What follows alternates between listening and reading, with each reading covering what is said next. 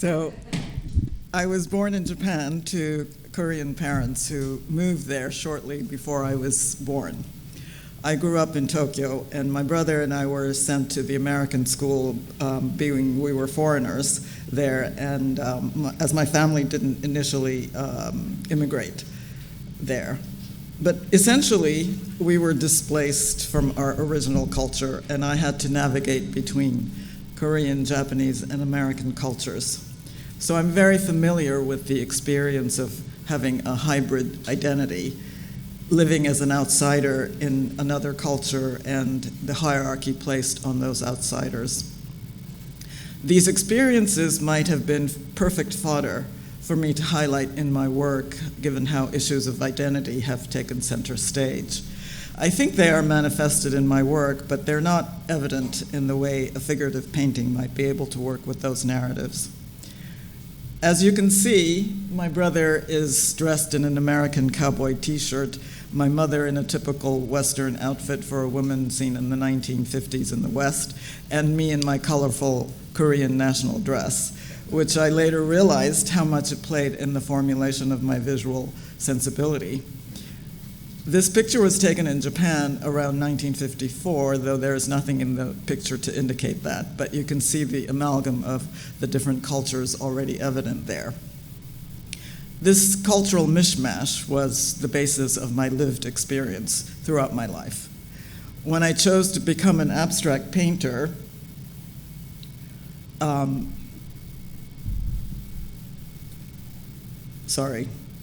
When I chose to become an abstract painter, I didn't consciously say to myself that I wanted to express this condition through my work, but somehow it found its way in.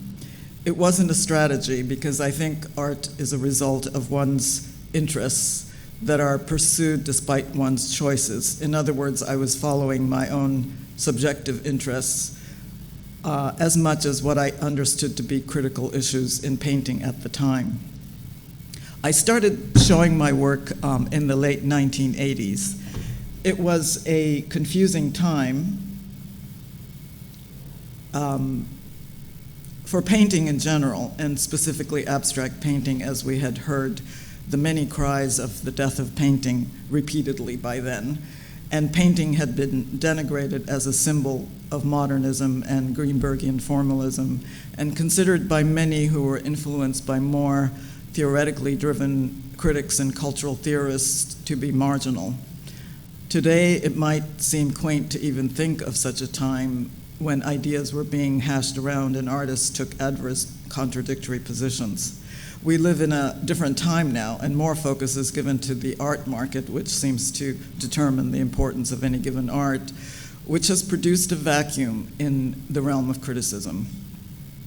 Being an artist today is complex, as the younger generation of artists struggle to redefine what the issues surrounding art and painting are in this technologically driven, globalized, terrorized, laissez-faire capitalist world that started in the 1980s. What seemed more urgent then was to address such issues as post-colonialism, identity politics, art as commodity, gender issues, to name a few, despite the growing and overwhelming market hegemony. Painting in this context was seen as decorative, the arbiter of taste, tied to an elitist notion that was specifically targeted by those intent on destroying aesthetic. One of the challenges of being an artist is making work that is both critical and personal at the same time. By this I mean, how do we continue to aspire for something critically viable or to strive for what art can achieve, meanwhile considering and figuring out what one's particular personal context is. In abstract painting, this might be harder, even harder, as its meaning is always ambiguous and therefore almost absent, and it relies heavily on the formal aspects that may be considered insignificant or irrelevant. It also doesn't have any equivalence in terms of language, so the choice can be either resorting to the myth of the personal, expressive artist, which the public acknowledges as somehow the real thing, which only reinforces the romantic notion of the alienated artist, or make works that seem to pose critically through some form of appropriation or ironic representation of abstraction.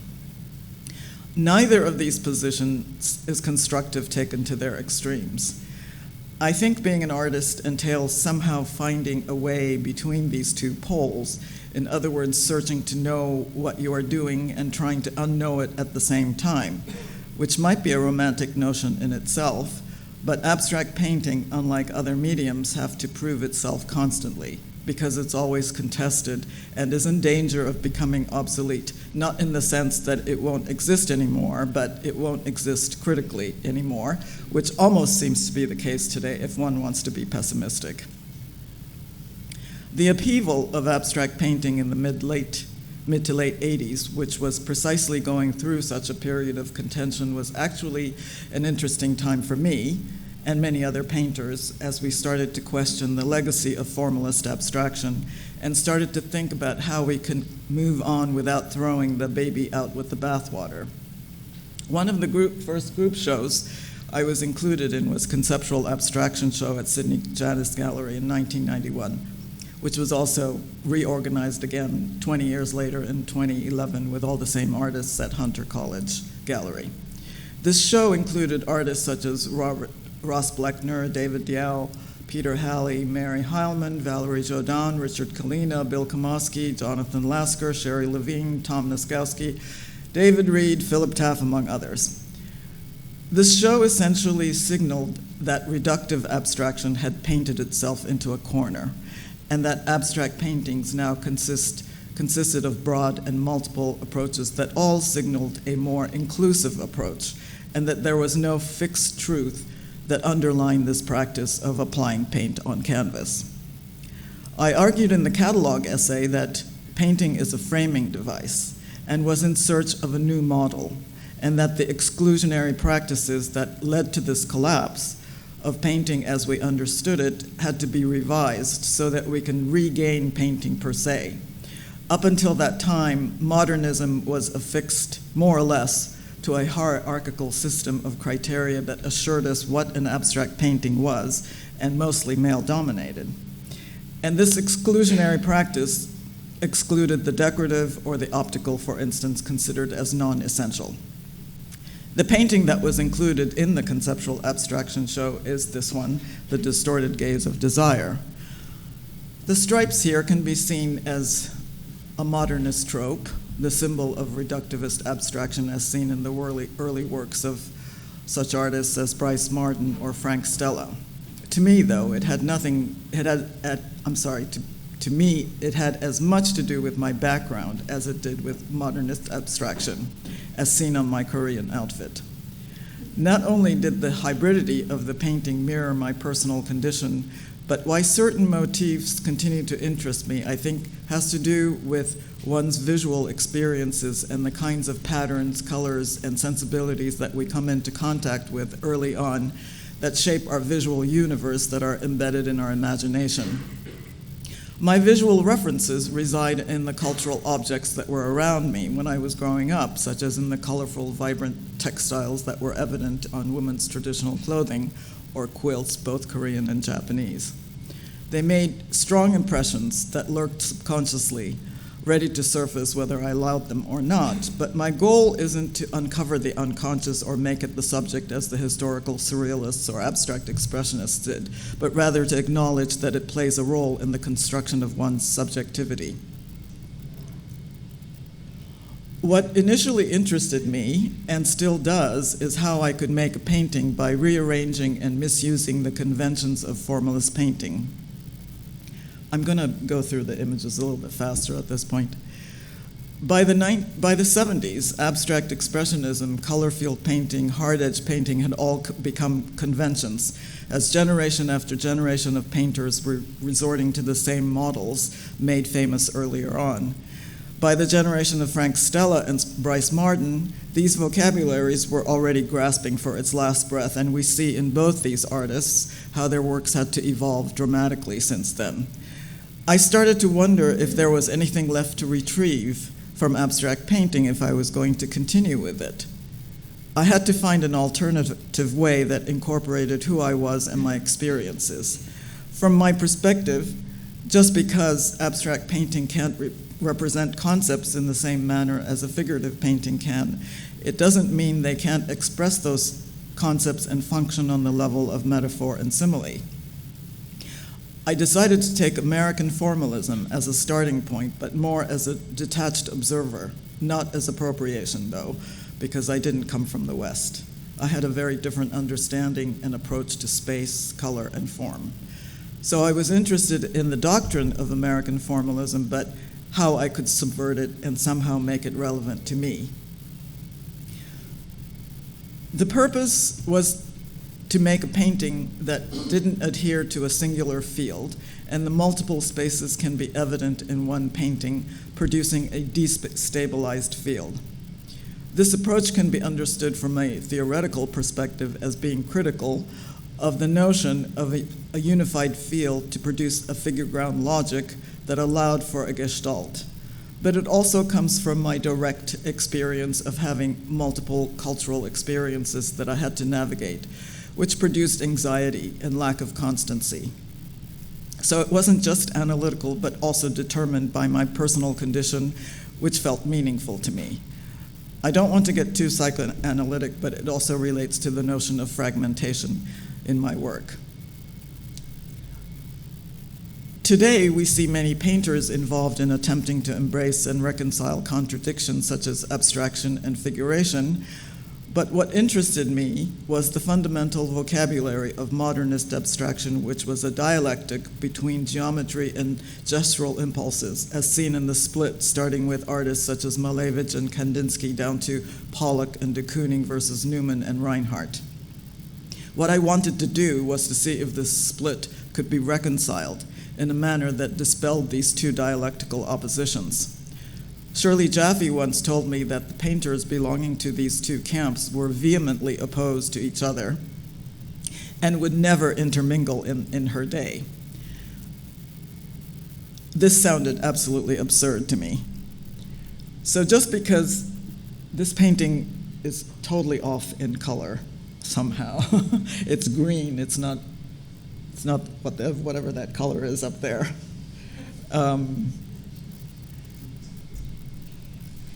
So just because I was interested in geometric abstraction, I didn't feel I had to limit myself, especially within one painting, and only make stripe or grid paintings, for example. To a certain degree, I began to think of the theories of postmodernism, such as dispelling and challenging hierarchies, the myth of the master narrative, male, the notion of privileging wholeness while sacrificing the parts for the sake of unity. For example, if I took a stripe painting by Gene Davis and combined it with biomorphic shapes such as Paul Feeling and put them on a field of process painting, such as Morris Louis poured paintings, what would I get?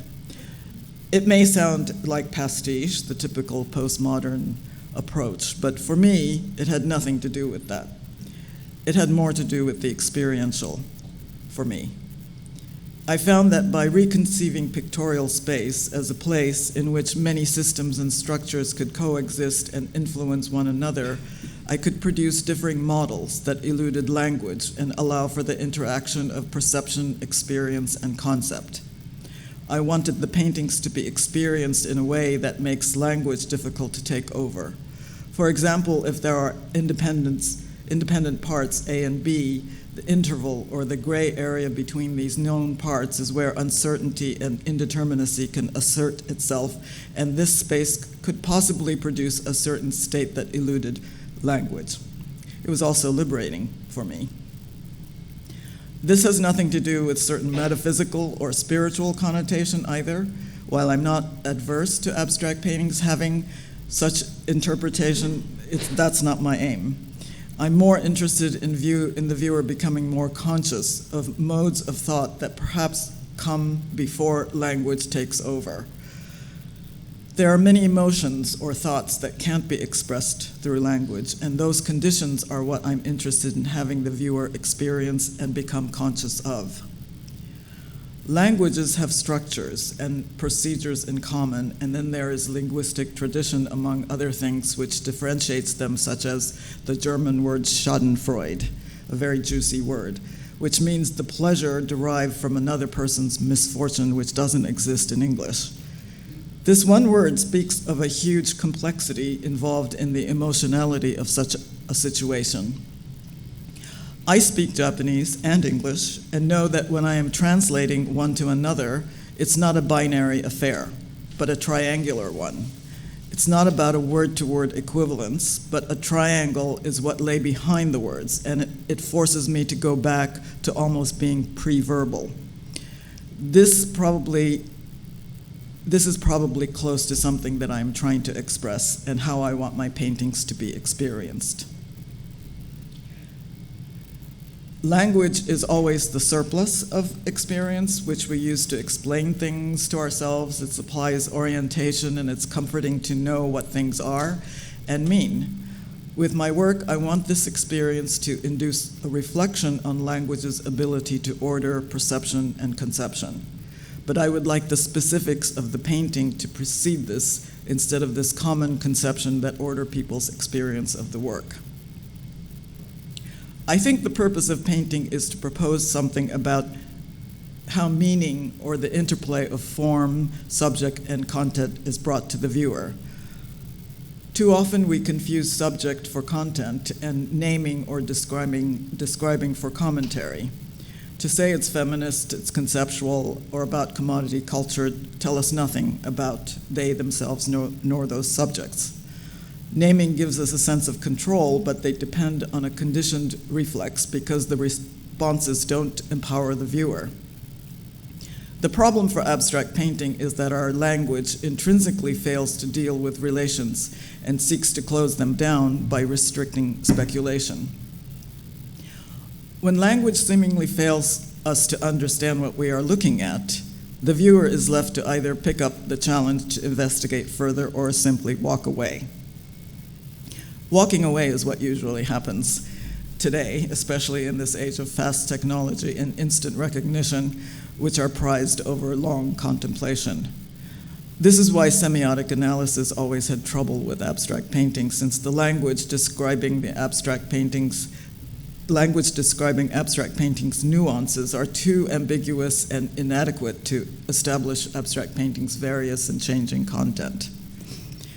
But what happens is that abstract art can produce a kind of supplementary information beyond what one can see in the picture or object, which makes paintings, in my mind, a model that is self-generative. The play in my work of these different shapes or elements is one of complex interrelation, so it's difficult to define them. We might momentarily have the illusion of knowing where they are, but this is soon disrupted and ultimately impossible to locate them. Though it looks to be collaged, nothing loses its identity to the whole in my work, in that the unity is dependent on those parts, or as I think Adorno says, must include that which resisted integration. This is a crucial aspect of my work, as the extreme only produces a binary system, which is ultimately anti-subjective, and where the parts are not given credit, but only serve the construct of the whole. It's not that I don't believe in the principle of unity, I just don't believe in the pretense of a harmonious unity where the parts become sacrificed for the sake of it. Differences and similarities exist, not just for the sake of identification, but they have a function in that hopefully allows the viewer to imagine how to interpret these contradictions, and I'm trying to dispel the notion of a binary split in the way we construct our beliefs, values, and ideals. Even if there is no direct correlation to concepts in my work, I wanted the work to produce an experience that was unstable, thereby allowing the viewer to be free to extrapolate from it. In order for the parts not to be submerged into a whole, my work is constructed like a montage or collage, and some of their parts can be named, like circles, bars, checkerboards, etc., while the more organic shapes, for want of a better term, are really not from anything, and I combine shapes, texture, pattern, and so on. These procedures hopefully open up the space of painting to produce more reflexivity. As I said, my work is a mixture of sorts because I don't think abstract painting was ever a singular practice. Art history has been organized in a way that allowed for the dominance of certain positions, so we have strains of constructivism or expressionism, and these are conventionally understood to be between objective and the subjective. It's this dialectic that I wanted to question, which interested me and still does. I'm also somewhat fortunate that, unlike my counterparts from the 1950s through the 1970s, I didn't have to struggle against a totalizing idea of history and the masculine norm or singularity of identity and experience. Not that these issues don't need to be continually addressed, particularly in our present moment. Subsequently, I place my work somewhat within the continuum that begins with feminist theory and its critical practices in the 1970s. We also know in part that this contributed to the dismantling of the constraints of high modernism associated with Greenbergian formalism. In this regard, I wrote an essay titled Painting and Its Others in the Realm of the Feminine for Arts magazine in 1991. I argued for the notion of a feminine painting that disregarded the gender of the maker and instead focused on the set of criteria by which one chooses to make and view painting that would eliminate the notion of a decisive reading, which only led to closure and dominance. Even though the criteria is gender-based, it is not about the gender of the maker in abstract paintings. It is about the qualities that are attached and understood as being somehow primal, which dictated the way we looked and judged abstract paintings, such as the decorative or non-decorative, stable and unstable, passive and aggressive, conceptual and intuitive, which these binary oppositions established in order for the masculine view to be dominant, which are now being actively disputed as qualifying concepts. The very exclusion of those who were disenfranchised or repressed, such as women, gays, and racial minorities, were in the best possible position to define otherness for our culture as they represented and were associated with those qualities that were supposedly undesirable from the masculine point of view. Within this context, how something is put forward is more important than the gender of or race of who puts it forward. In other words, the means of its statement will determine the conditions by which it will be received and judged, but to do so meant we had to disregard the notion of any inflexible standards of judgment, and that there was no reason why we shouldn't presume that a feminine norm for abstract painting shouldn't be established.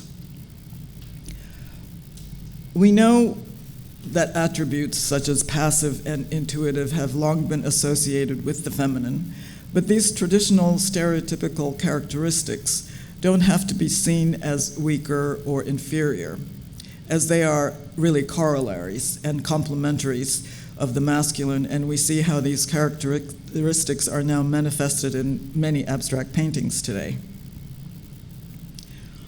The recognition and acceptance of this gender-based critique of the criteria by which abstract painting could be judged has made it possible for me to use motifs that would have been scornfully dismissed as merely decorative at one time. And these have become central in the formulation of my work's content, alluding to the notion of difference, diversity, and multiplicity, which mirrored my personal experiences. My interest also lies in dispelling rules and myths about what we can and can't do. For abstract painting to have any value and develop, its terms have to be modified so that we can liberate it from its prohibitions.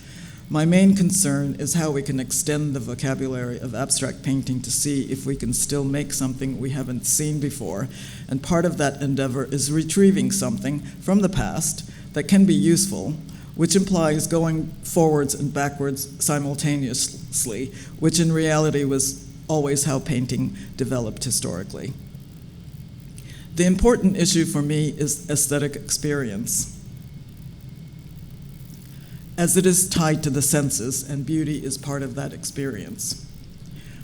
Most people equate the cleanliness or the neatness or the sharp contour in my work to my being Asian, which is partly true, but I'm stylistically a classicist at heart.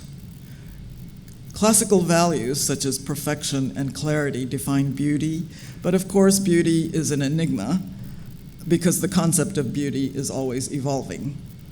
Pleasure imparts good feelings, and those feelings are what make us human.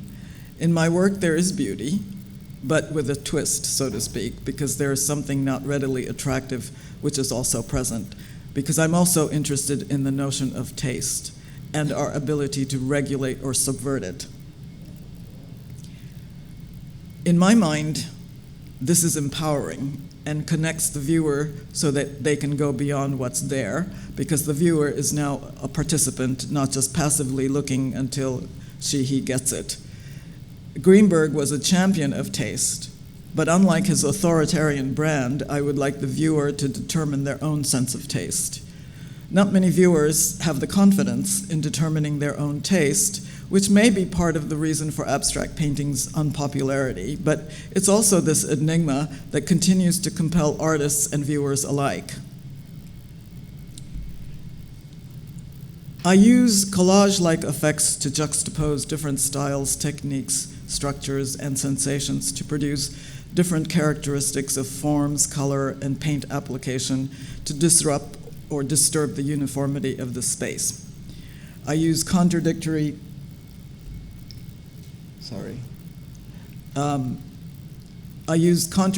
and opposing approaches such as miscellaneous patterns, thin or thick brushstrokes, geometric bars, organic forms, etc., to emphasize visual similarities and dissimilarities.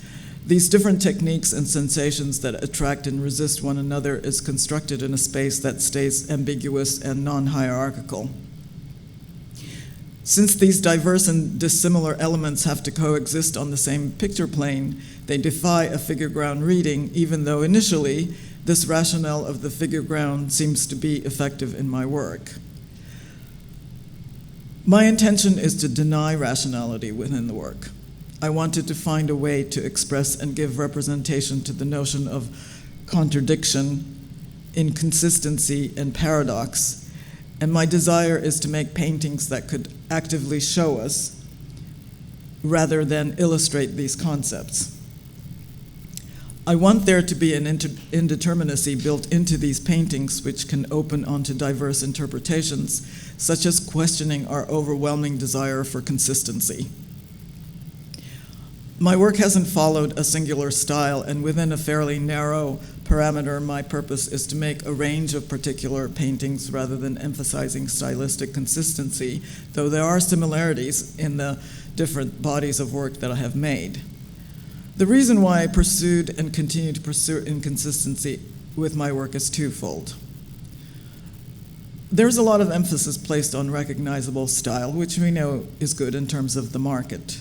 But it's also a sign of maturity in the artist's works, because in reality, many artists, at least historically, approached making abstract paintings through an extensive range of propositions, made through various means and materials.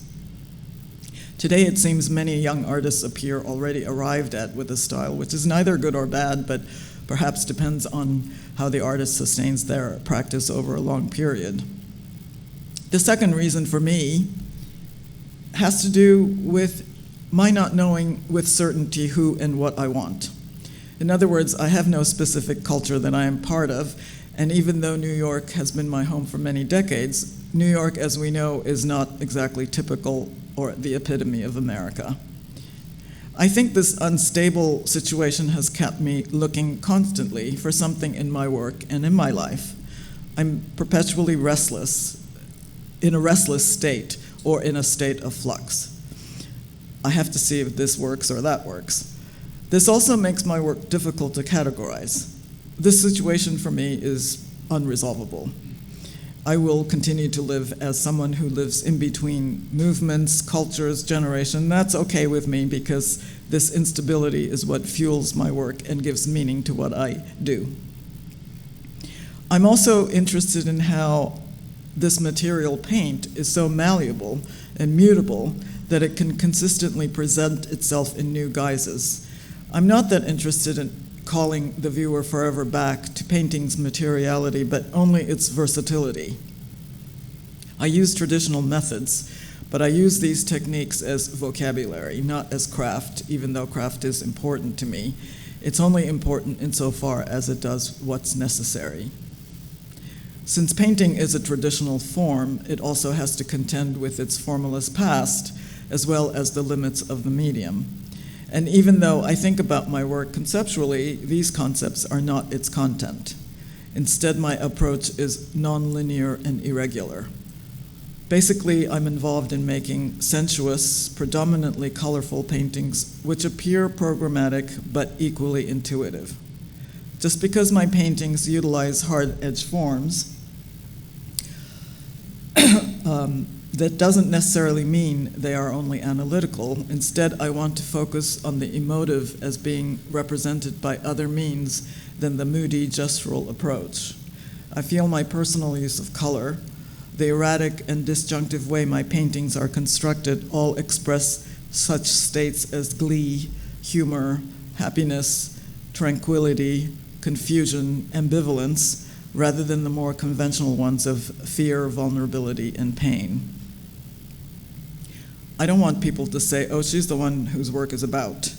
Actually, I'm not sure what it's about, because I don't think my work or others who are involved in making abstract paintings can with absolute certainty tell you what its meaning is. Although my paintings may adhere to the traditionally imposed limitation of abstract painting, I think of them as assemblages. A clue to this is that the elements in my paintings literally do double or triple duty in themselves. What I mean is that I'll use the same element to play multiple roles. Excuse me.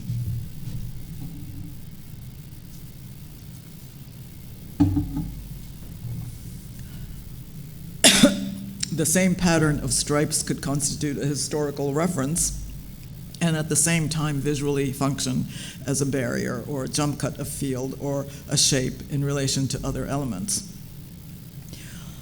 Early on, I was interested in unnameable forms or similarities that needed qualification or differentiation. Those latter elements were often the combination of dripping stripes that form grids. Maybe I went too fast with the images, but if you can recall what you saw earlier. Negative shapes defined by what surrounded them. I use a space which is defined by shifting grounds, and its fracture is meant to reference the infinite expansiveness of these or its inverse closure. Visually, the same element calls up opposing terms, switching roles of figure ground. The positive and the negative spaces can be exchanged or have dual identities. While these things conceptually produce my work, it's not what my work is reducible to. In the process of rethinking abstract painting, I focused on what's been thought to be its two greatest deficits, its inherent decorativeness and opticality. The decorative is an important aspect of my work.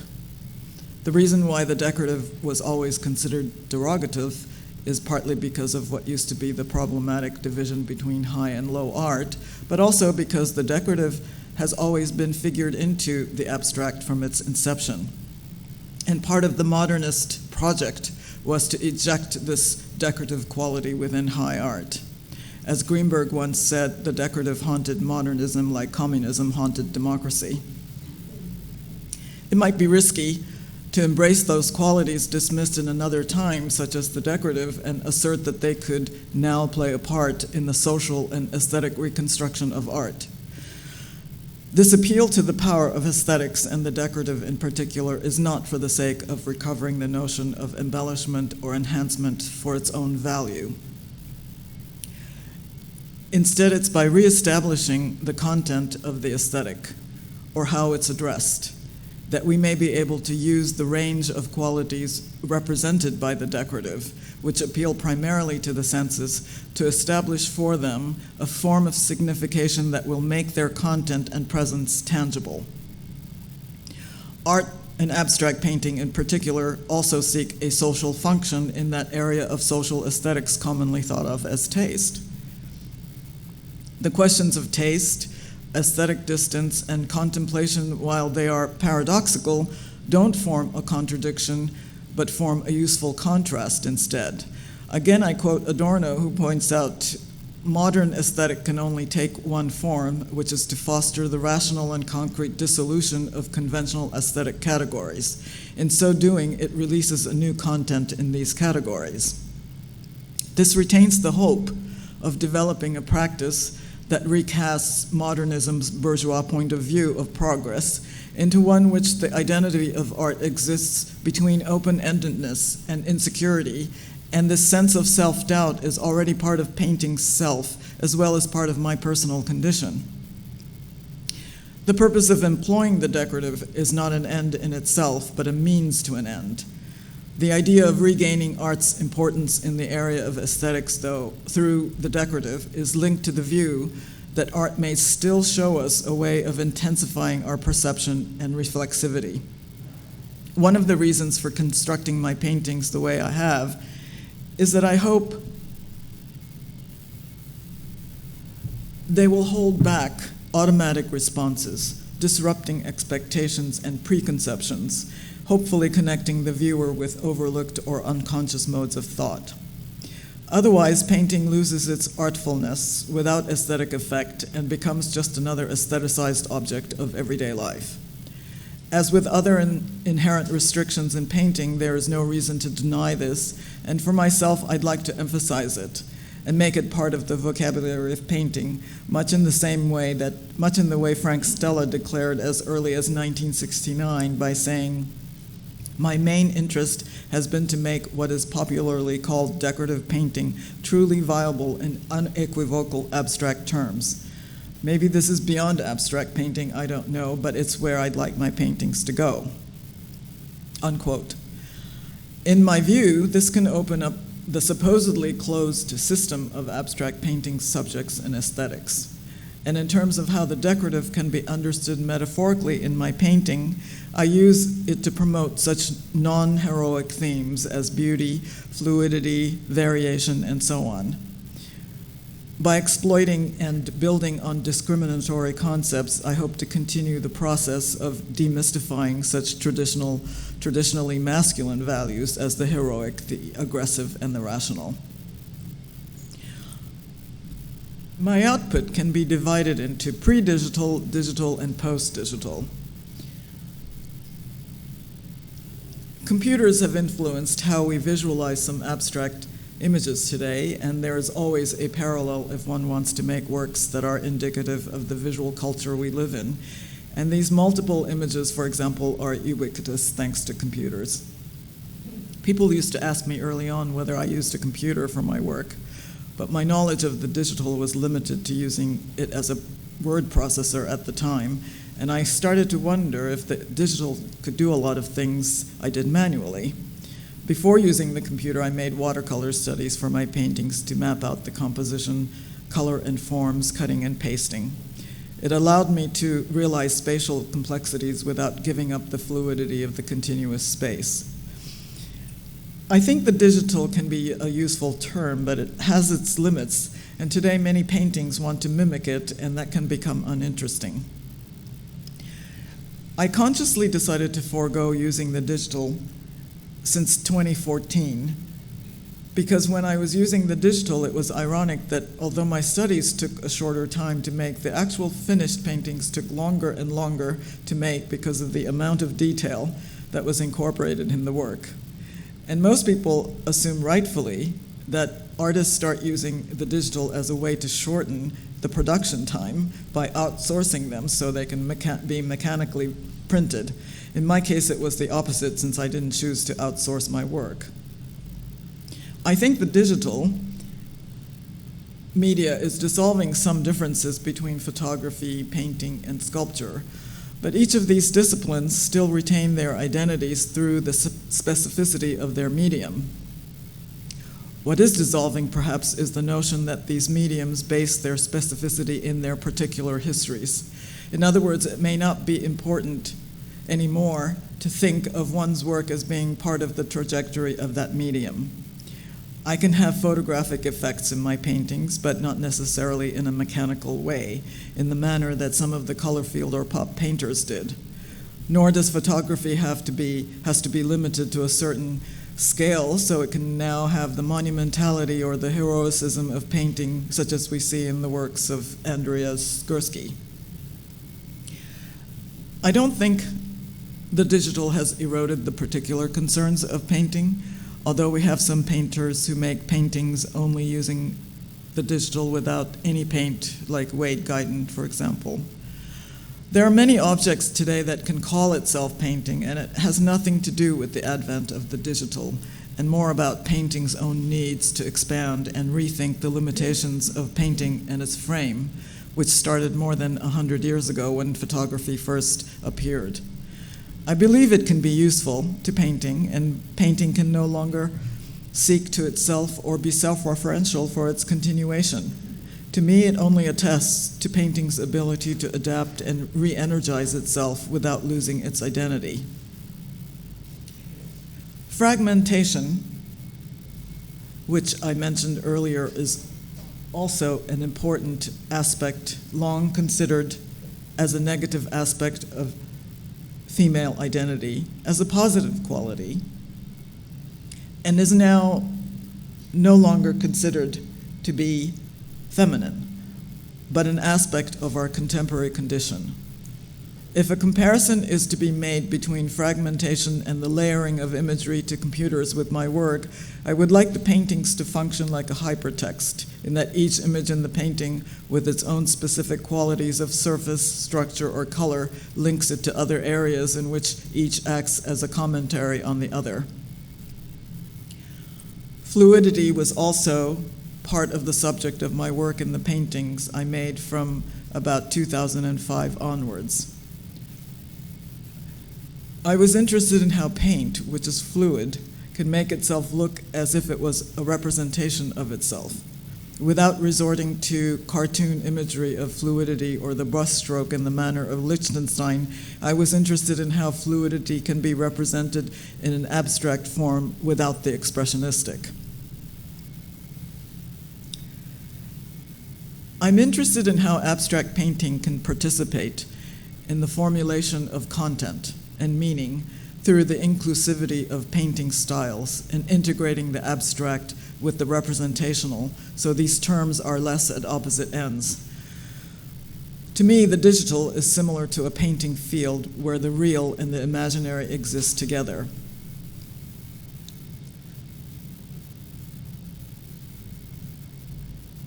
I'm going to go a little bit further ahead.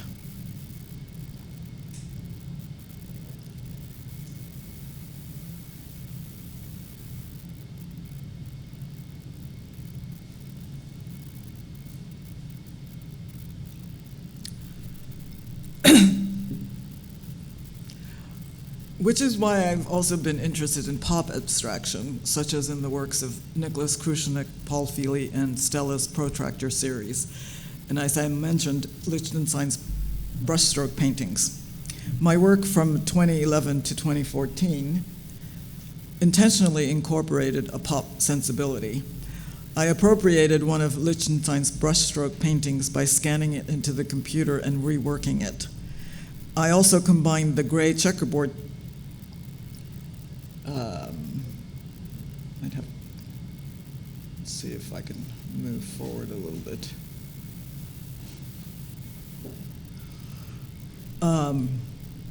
I also combined the gray checkerboard pattern, which is instantly recognizable as the empty layer in Photoshop, as a way to insert a form of representation while retaining the abstract quality of it, highlighting the interchangeability of it.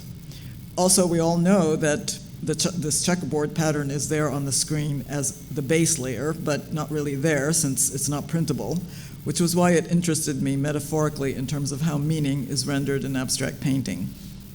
Transparency, which is also another Photoshop device, was used both as a formal device, but also to indicate art's literal and metaphorical reality in an age of wanting transparency in all our affairs, whether political or economic, by enabling the viewer to see through the simulated pop art brushstrokes of Liechtenstein and the sliced picture planes of James Rosenquist-like effects. I was alluding to the lineage of modern artists' interplay of mechanical and manual, image production, and what interested me, of course, was the cliches and conventions of modernist painting and how I could have a dialogue between the mechanical and the manual, method and the intuitive, and of course, historical and the contemporary. Color is always central to my work. I tend to use a lot of highly artificial and acidic colors to provoke a degree of discomfort, but at the same time, they are colors that are attractive by themselves, so they are used paradoxically. The reason for using colors in this manner is to make them more intense. Different colors applied on top of one another makes it more difficult to define that color, and it's another way to introduce ambiguity into the paintings. It's also where my subjectivity comes into play. Without any intention, I'm naturally attracted to certain colors and combinations, and it's part of my visual memory that is non-specific, but has to do with the objects that I saw growing up.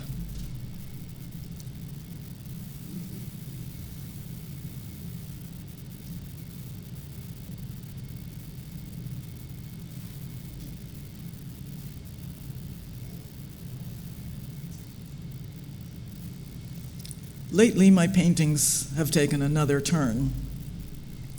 I think as artists become older, there is a propensity to simplify one's work, and certainly in my case, that is the case with myself.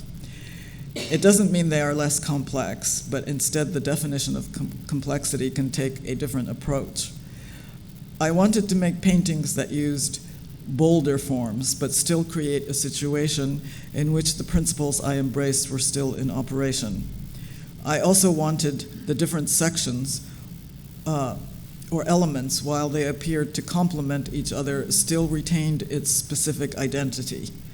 So if you focused on one area, the area would appear to have its own intrinsic logic, but still depend on other areas for a synthesis that was illogical. I tend to see shapes and forms through contours and line as spaces defined more flatly in Asian works. I've always tried to undermine the logic of deep space in Western art by confusing frontal and deep space by not being able to create a fixed space. The interplay of the spaces are achieved through having gradated areas that are illusionistic next to flat areas. In my most recent work, I've been thinking about how I can have both contour, flat and illusionistic areas all existing in a space that is fragmented but synthesized at the same time.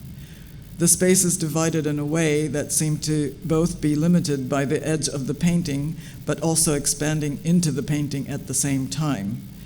I also want the contours, which are derived from basic circles and ovals, to be almost somatic, in that the viewer can follow the contours almost as a form of figure, much like in Matisse's cutouts.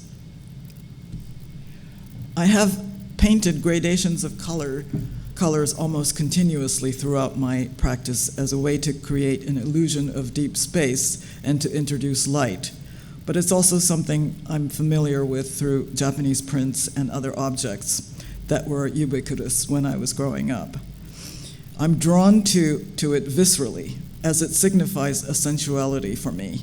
I imagine Pollock was drawn to drips in a similar way, and I can almost paint gradations and nothing else, as it gives me a lot of pleasure to do so. In the new works, I was looking for a way to make paintings that had less obvious disjunction and achieve a more seamless disjunction, an oxymoron, which brings me to the way I title my paintings. The titles of my works are usually oxymorons, as you noticed, referring to the internal structures in my paintings, which are both illusionistic and impossibly flat. I feel oxymorons put into words the types of inconsistencies that I want my work to reflect.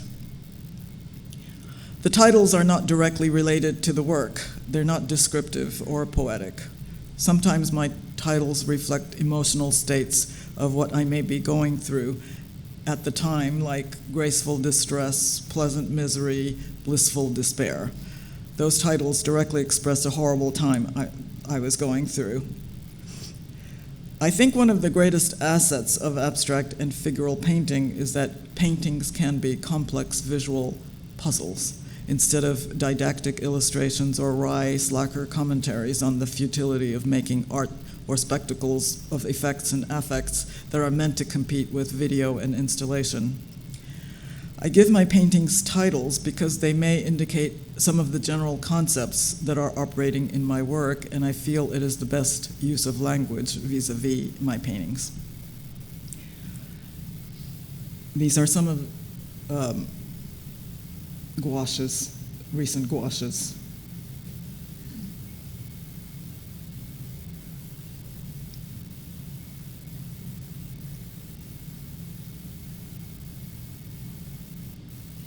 That's it.